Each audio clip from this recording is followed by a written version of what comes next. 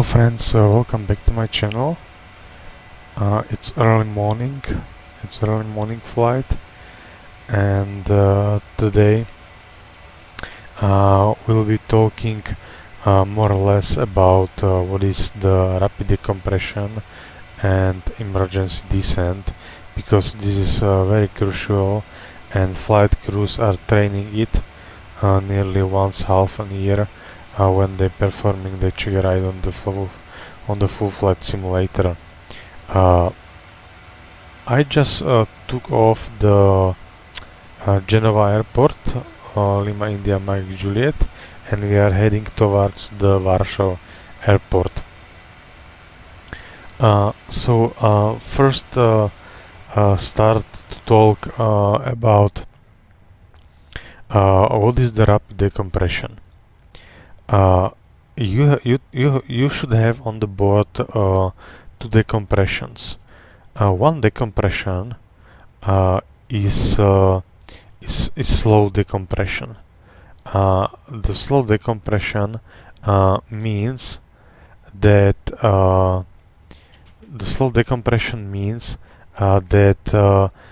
cabin altitude and differential pressure is still controllable. It can go to alternate, which is backup for normal condition, or via manual, and you'll manual adjusting the outflow valve position in order to keep the desired, according to this table, desired cabin altitude and differential pressure. So these are three ways, but one way is let's say you have to do basically nothing with it, and is rapid decompression. Rapid decompression mostly occurs when you have structural damage of the airplane and isolation valve in closed position is not sufficient to keep to pressurize the airplane. Okay, so this is the first thing. The second thing, we are now trying to explain what's the oxygen on board and how we are using it. The oxygen in flight deck is it's somewhere below your flow in the eBay compartment. It's the bottle, and this bottle has a separate indicator right here, and you can see the PSI of the oxygen bottle. Remember, in real aircraft you have the table. The table is there because there is limitations. The lowest oxygen you may use for the flight, and as well imagine you have the friend on the jump seat, or let's say you have company management guy, maintenance personnel should be there. There should be some person from CAA, many of others. And before conducting the flight, you must ensure that you have sufficient crew oxygen for 1 to 3 persons on board, and brief the jump seat occupier how to use the masks. And now we can go how to use the masks. I will go very simple way. If you can test the oxygen, if it is flowing normally, you press this button, you see the yellow cross. That means that everything is okay. This one switch, which is rotating, will leave because it is mainly used for evaporation of the dust in case of the fire. But anyway, we have normal and 100% switch. It should always be on normal position. It supplies at any altitude 100% of pure oxygen. If we are descending, for example, if we have a loss of pressure in the cabin in flight level 200, it will also supply the oxygen for 200. If we have it put on normal it depends on cabin altitude, and they will mix the air with pure oxygen regarding to your flight altitude. So basically this is the crew oxygen which is located in cabin. And now go back, and passengers has the oxygen here. It's a chemical generator, and once the masks are deployed, you need to pull them, because if you don't pull them, you don't activate the chemical generator, and the oxygen will not flow to your mask and you can die. So if the mask deploy, pull it, activate it, and first of all put the mask on you. A second part is put the mask to your child. Okay, and now go back. You have to know 3 procedures in order to make the things in proper way, and some few facts which are additional. The first procedure is your company procedure or Boeing standard recommended procedure how to do the emergency descent. Remember, as my video previous what was rapid descent, emergency descent is always performing by captain, and the memory items and the checklist are performed by first officer. What are the memory items? First of all, how to know that you have rapid decompression. You hear the sound, you see cabin altitude warning over here. When you see it, always remember, put your masks on this side, and what is very important, you must establish communication between each other, and it is going via this switch from boom to mask, because you are on mask. Once the communication is established, go to your overhead panel and watch what happens. If the cabin altitude is 3,500 feet and differential pressure 0, outflow will fully close. There is basically no conditions to handle it and to solve the situations. So this is the first part. So you can check it, you can put it manually and close, but with I think with no success. Okay, another procedure is a rapid descent. According to first officer will deploy the passenger oxygen. It deploys automatically about 10,000 feet, but to ensure you double it, so you it once again, set the fasten belts and put start switches to continuous in order to not have the flame out during your rapid descent. Okay, and ask via Mayday code, ask air traffic control for regional QNH, which is very important, and I tell you why is it important later on. The captain is via passenger address systems let the cabin crew know that we have to do the rapid descent, and they immediately take their seats and put the masks on.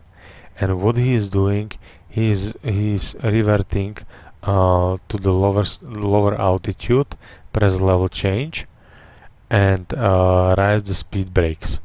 And now we are in the part which was discussions for many years with the Boeing and examinators and operator instructors. If it is good idea to descend via VMO MMO, that means on maximum speed, in order to be on the lower level or a lower altitude as much as possible, because the passengers have oxygen until up to 20 minutes. So within 20 minutes you have to descend to breathable altitude. But if you imagine that you have structural damage and you are going to your maximum structural speed with speed brakes up, the airplane will start shaking, and you can damage your airplane or your airframe and causing more problems. So my opinion as a pilot is or my captain decision is to keep it into turbulent penetration and airspeed, make it a little bit shallower, and then make let's say a few passengers incapacitated due to lack of the oxygen. It's a better solution that if you lose for example vertical fin or stabilizer or part of the airframe, and it will cause to serious accident with plenty of dead persons. So this is my opinion how it works, and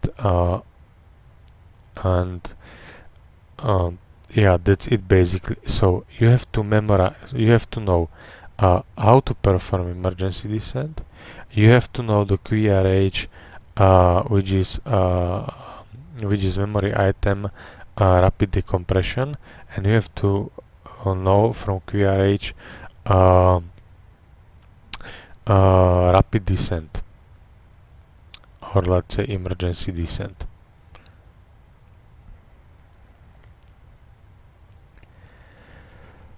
So we are over at the Oscar point, we have FNC speed, we have path, we are cruising our flight level, and now the situation become tricky. Why?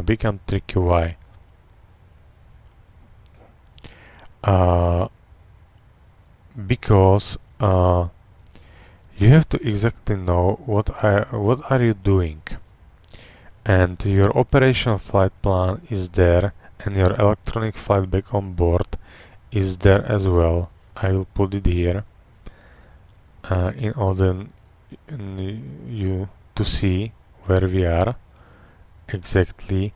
We are going to fly over the Alps. Okay, and so let's say that we have rapid decompression, so we can simulate it right now. Okay, so press actions, airplane failures. We can go to pressurization, program, pressure, yes, armed, and now you hear the warning bell, and now you can see that altitude is it's illuminated. So first of all, put your oxygen mask, put it into the mask, not boom, into the mask, establish communications. Once the communication is established, go to your overhead panel, and you can see you have auto fail. You can put it into alternate, but you can see no success. You can put it into the manual. It makes no sense because isolation valve is already closed, and you have 0 differential pressure and 3,500 feet of cabin altitude. So it's a really bad and tricky idea for us. So what are we going now to do? So captain call for emergency descent. So that means memory items. That means that you put the passenger oxygen on, you fasten the belts, you put the start switches to continuous. As a first officer, you declare the mayday and ask for regional QNH. The captain will tell via PA cabin crew rapid descent, and he will revert altitude as soon as possible to flight level, for example, the first 200 level change. We keep it on 176, which is turbulent penetration airspeed, and we stow the speed brakes. And now what happens? if we are going via flight plan route, there is also in flight plan route called minimum off-road altitude. So we are approaching Taggy point and we are going to Debugs point. So in this case, if I check it,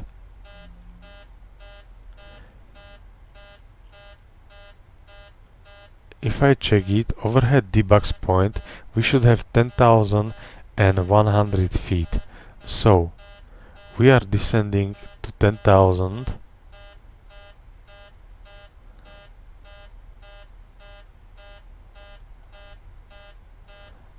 and 100 feet.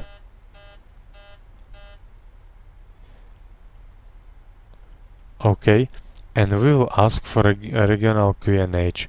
How we can do it? I have VFR map here. I guess it is VFR map, yes.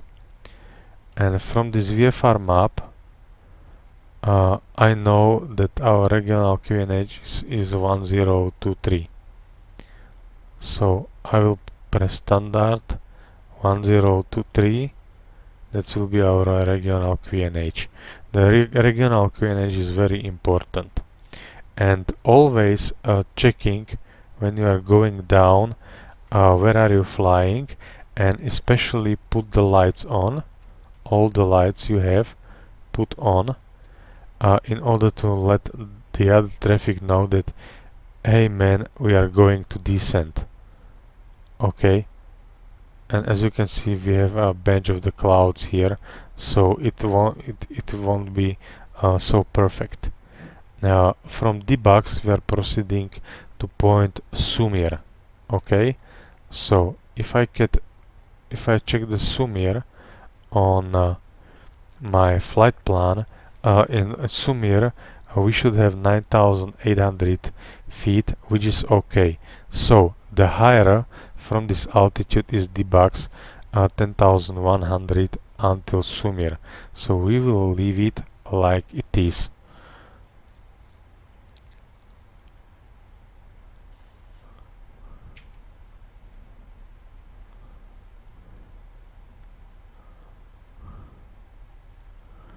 Okay, change our altitude.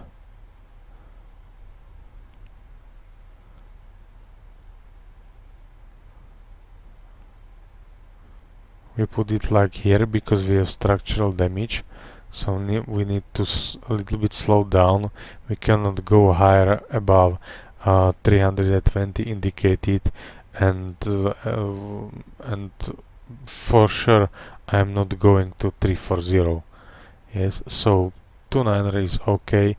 As we are entering cloud and turbulence, I will leave it for 280 approximately. Yes, and you can start the timing in order to catch the 12 minutes for passengers, but again, better solution is to have few passengers incapacitated, that serious accident which leads to airplane crash. These altitudes we are descending are called minimum off-road altitude. Minimum off-road altitude also are related between the points along your operational flight plan route. That's why I am going via operational flight plan route, because I am using these altitudes. Okay, and it's crucial for me to know it. We have plenty of clouds here. It's real weather anyway, I think so. It's live weather, live time.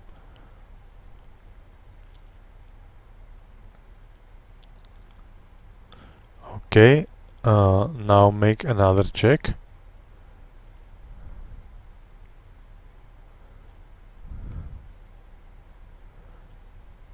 QNH is still the same.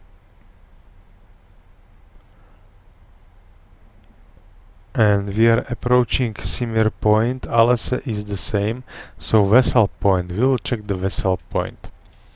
Now, So vessel point has minimum off-road altitude of 12,900 feet. So in this case we need to stop our descent at 12,900 feet. Remember, always descend to 10,000 feet or minimum off-road altitude, whichever is higher. If you have, for example, minimum off-road altitude at 6,000 feet, you are not descending to 6,000 feet. You are staying at 10,000 feet.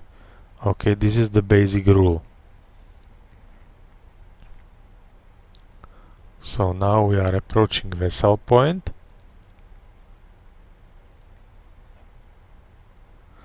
We have something in center tank. I put it on.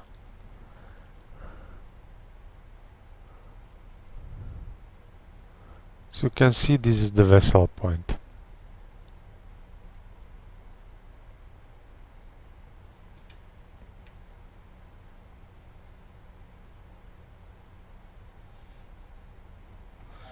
Okay, we are approximately 1,000 level off, so stop the speed brakes in order to have a smooth transition between your emergency descent and your currently altitude. And as you can see, we are really close to the terrain. Okay, but we are good to go. Anyway, okay, let's jump to another waypoint. Let's jump to another waypoint. We are approaching vessel. Next point is Valug. So checked with operational flight plan. Malug is 131. So 13,100. So we need to climb to 13,100 feet.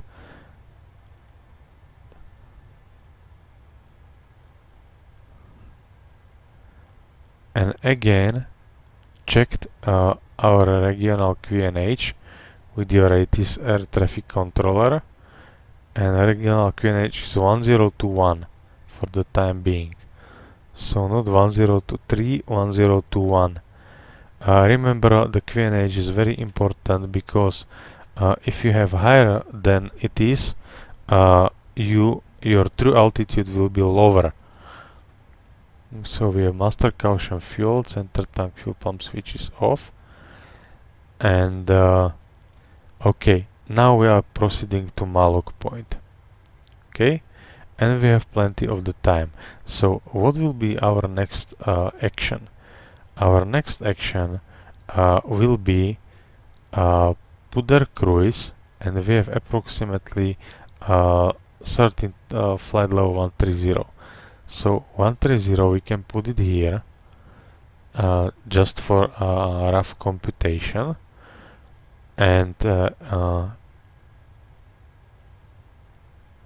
as you can see, our best target speed according to our cost index is not so good.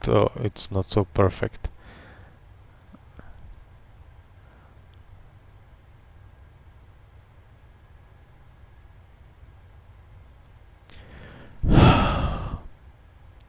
So now it appears long range cruise. The long range cruise is your best speed, which your endurance is the maximum. In this case, I will put long range cruise. This is related to your given gross weight.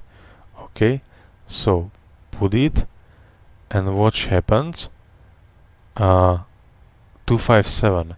So I will reduce to 257, and now I am fully aware of the fact that I am flying with the speed, with the most economical speed, with the highest endurance. Okay, and now we are approaching Miluk point. And what is the cost of the action? If you have passengers incapacitated due to lack of oxygen, or it may be harmful, broken hand or leg or something like that during the descent. So what we are going to do, I will definitely don't go to Warsaw airport, because simply, first of all, I cannot reach this destination with this altitude. The second point is I need the nearest suitable airport for landing, which has quite good capacity, and this is the Vienna airport. So we can do it like now.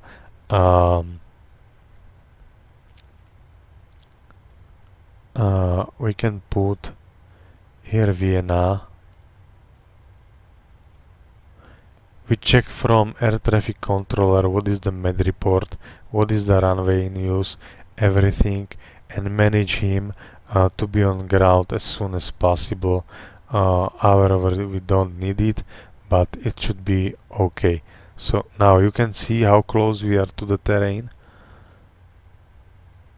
and we are within minimum off-road altitude. Okay, so we have Vienna, departure, arrival. Imagine that we have a runway 34 for arrival. So I put ILS 34, and we have direct to final approach point. It's just the demonstration purpose. So I will put it here and execute. And in order to know to keep the minimum off-road altitude, I put Malug into the fix page. This is just to remember that I can't undershoot this altitude. So as you can see how close we are.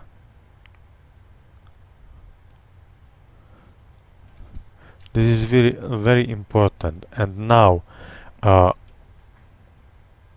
what can happen?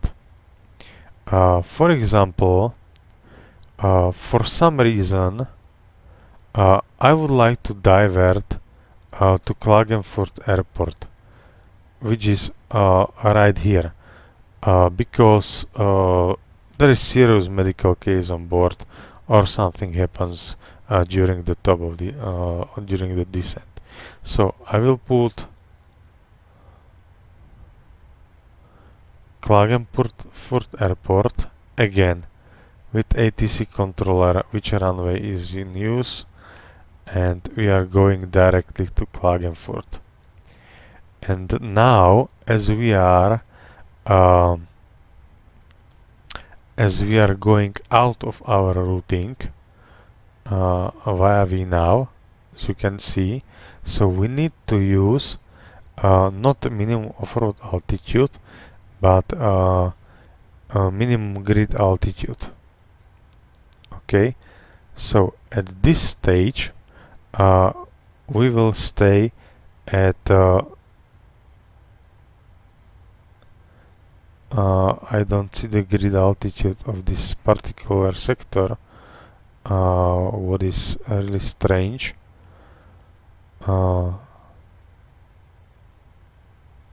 Okay, 13,800. I found it. So we need to climb 13,800.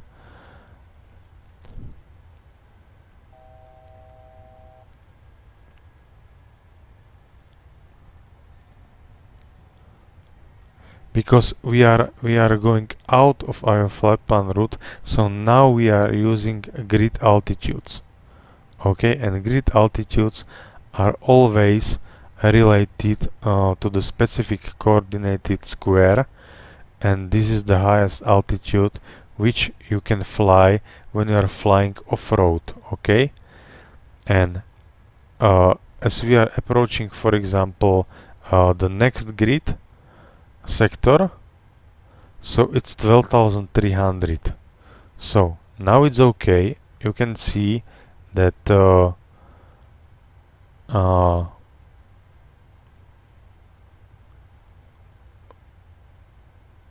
we are quite fine.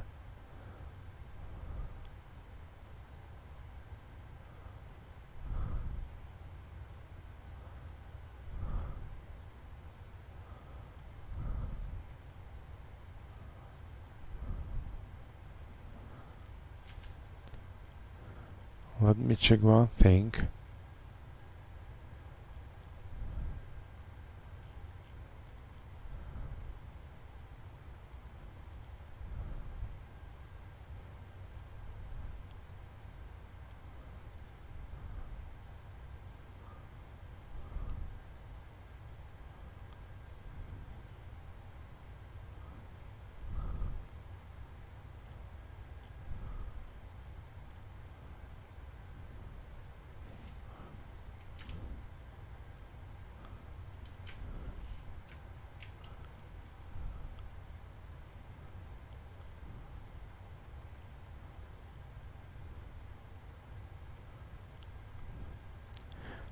Okay, so now we are approaching to another grid square, and it says that we have to have 12,300 feet. So we may decelerate to 12,300 feet. Okay.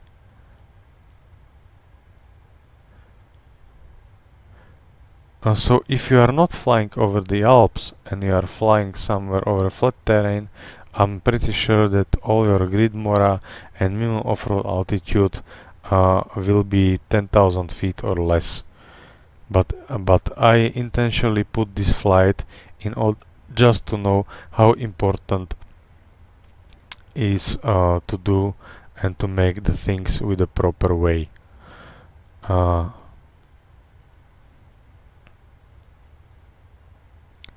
And we can double check with this, and we have 1017. So actual QNH 1017,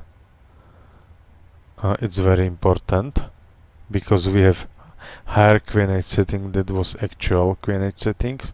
That means that we were flying lower and we need to have fly exactly.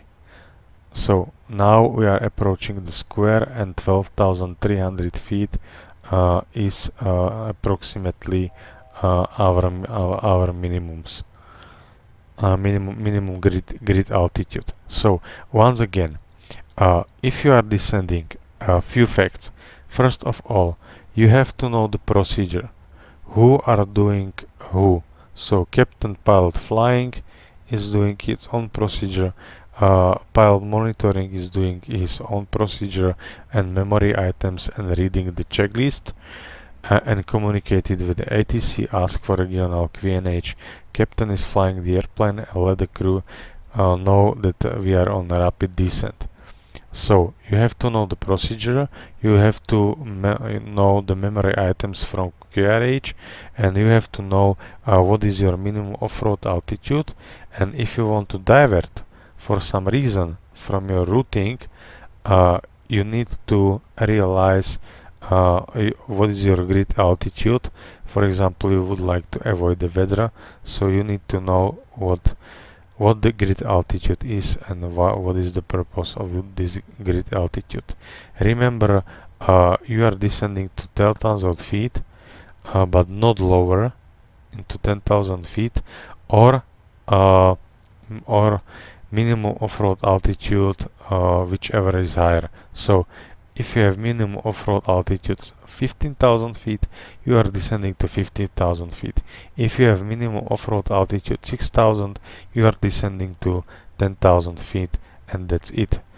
And thereafter, always check your regional QNH and put their long range cruise into the cruise page.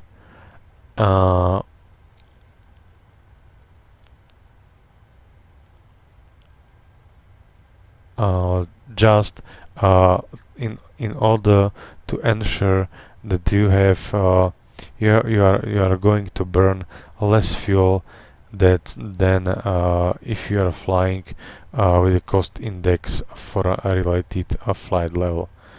Okay, so this is the end of the topics. As you can see, we are very close to the terrain and to the Alps. So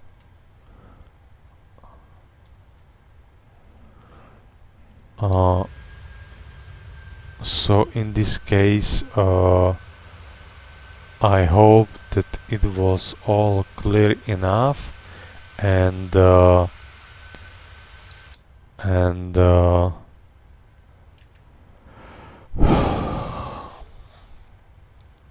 hope you enjoy, and I'll see you with the next stream. Have a nice day. Bye bye.